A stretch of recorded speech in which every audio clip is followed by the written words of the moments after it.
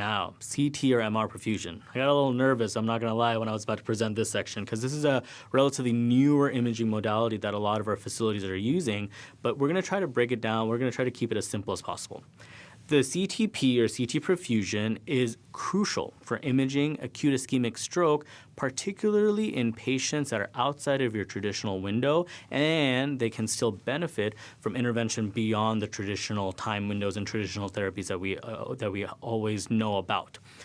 CTP helps differentiate between brain tissue that is acutely, irreversibly damaged or acute infarcted core versus tissue that still has a chance, tissue that can be saved, something that's potentially salvageable like the penumbra.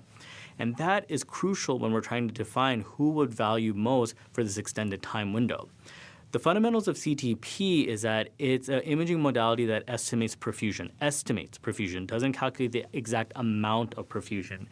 It generates these complicated maps in these different fancy, beautiful colors, perfusion maps, and based off of the data that it's collecting from how the contrast is traveling through the brain, it's able to determine penumbra, ischemic core, and things like that. The key parameters when it comes to the measurement of these types of calculations are these very long letters that we're about to get through. CBV, MTT, CBF, Tmax. It's not a song, it's not a good song, but let me break down what each one of those means. CBV, cerebral blood volume. It's the estimation of the total volume of blood in the tissue region. MTT, mean transit time, is the average time the blood spends passing through the tissue. CBF, cerebral blood flow, is a calculated measure based on those two previous variables, the CBV divided by MTT, volume over time, that helps us understand where is the area that's getting the least amount of blood, even with the amount of time, i.e. helping us to determine the core infarction. The Tmax is the amount of time that it takes for the most amount of contrast to cross arteries into the veins, through the capillary beds, and there is predicting the penumbra. So that was a lot of letters, but let's put it back together. Cerebral blood volume, CBV, which is that image in the top center of the screen. It represents the total blood volume in a specific area of the brain represented by over 100 grams of brain tissue. What does that mean practically? It's expressed as a percentage of presumed healthy brain in the tissue. The clinical correlation for that, the thing that you need to remember, it's an indirect measure of how much blood flow is getting to the area, no matter if there's a large vessel occlusion or not, or otherwise, how much collateral flow. If there's enough blood flow getting to that area of the brain, a high CBV can indicate good collateral flow, less likely to have a large core infarct. A low CBV is a predictor of a infarcted core, irreversibly damaged area. Next is the mean transit time, which is the top right picture in the bright green and orange. What does that represent? It's an average time it takes for the blood to travel through the arteries, across the capillary bed, and that in general for normal patients, for a healthy brain, takes about 4 to 5 seconds.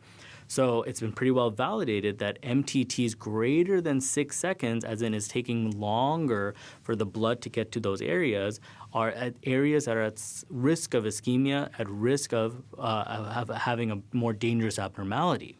So now we take that data. We take the data of, hey, this is the area of healthy brain, this is the area of unhealthy brain, this is the amount of time the blood takes to flow into those areas. Let's actually calculate the cerebral blood flow, CBF. That's the CBV divided by the MTT. So the software, thankfully, not any of us doing math at the bedside, the software is calculating that this is the amount of blood flowing per minute into these areas over a estimated percentage of 100 grams of brain tissue. That is then widely validated to be that ischemic core is a CBF less than 30% of normal. So the picture on the bottom left with the pretty pink areas, unfortunately it's not pretty because those are infarcted core, which is irreversible damage. Now we know that this is the area that's of concern. There's 67 milliliters of estimated size of infarcted core. That number is going to be important, and we'll talk about why in just a moment.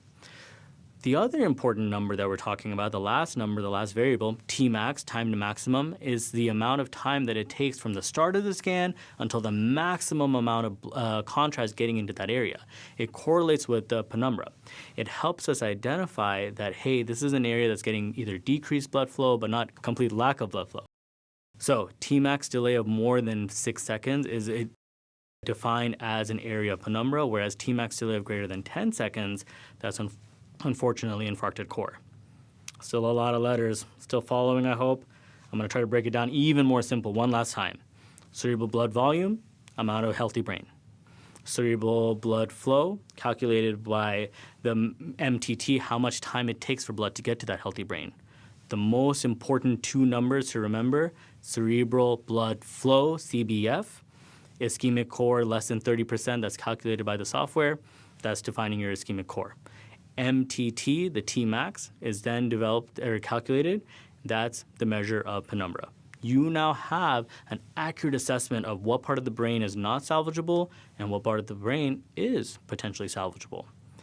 This mismatch between the low CBV, the low CBF, and the low CBF and maintained CBV, but again, let's use our language, infarct and penumbra, this mismatch helps us determine, hey, these are the patients that may benefit from different types of methodologies of treatment.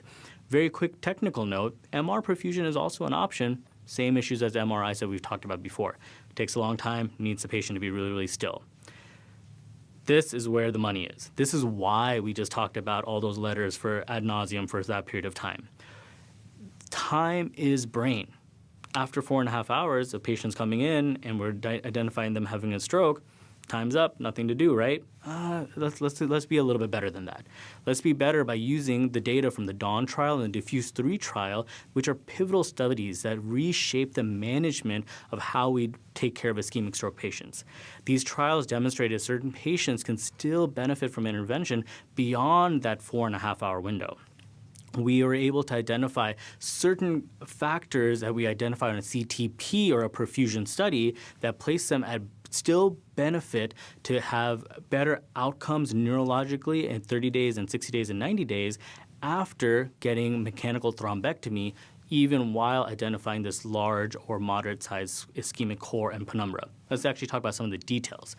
DIFFUSE-3, which is the image on the furthest left, it showed that patients with an ischemic core with at most 70 cc's, remember that pink image that we saw on the bottom left of the screen in the previous slide, that ischemic core, if it's at maximum 70 cc's and it has at least 1.8 times of that ischemic core as a measurement of the penumbra, they still benefit from a thrombectomy beyond the 4.5-hour treatment. Now, we further extend trial showed that that same type of qualifiers with even a smaller penumbra can actually have some benefit for giving intravenous TNK or TPA in these situations that we worry about the after 4.5-hour treatment window. Now, the DAWN trial, that gets a little hairy, but we're going to work our way through it. The DAWN trial has the most complicated inclusion criteria, since the size of the completed stroke is arguably the most important predictor of clinical outcome. This trial then focused on what type of ischemic core ratio to the penumbra in the context of severity of illness based on the NIHSS score could still benefit from mechanical thrombectomy even up to 24 hours. So they broke it down for the very elderly patient over the age of 80. Intervention was offered to patients with a small core of 20 cc's and moderate to severe clinical deficits, NIH score of at least 10 or above. But then under the age of 80, you can either have a ischemic core with a size of 30 or below with an NIHSS of 10 to 19, or a ischemic core that's slightly bigger, 50 cc's, with an NIHSS greater than 20, very severely debilitating, and all of these patients were found to have very significant benefit. Ultimately, the thing to remember with all of this is we use these guidelines now, using the DIFFUSE trial, using the DAWN trial, to extend the window of treatment. This is a very complicated and busy slide, but the real case use is exemplified here that 0 to 6 hours, CT is good, CTA is necessary, CTP might not have much value. It might help clarify some of the infarct versus penumbra amounts if the timeline is uncertain, but then using that information, you can then extend the treatments. We're looking at 6 to 16 hours, 16 to 24 hours with people having intercirculation large vessel occlusions who meet the DAWN and diffuse trial criterias.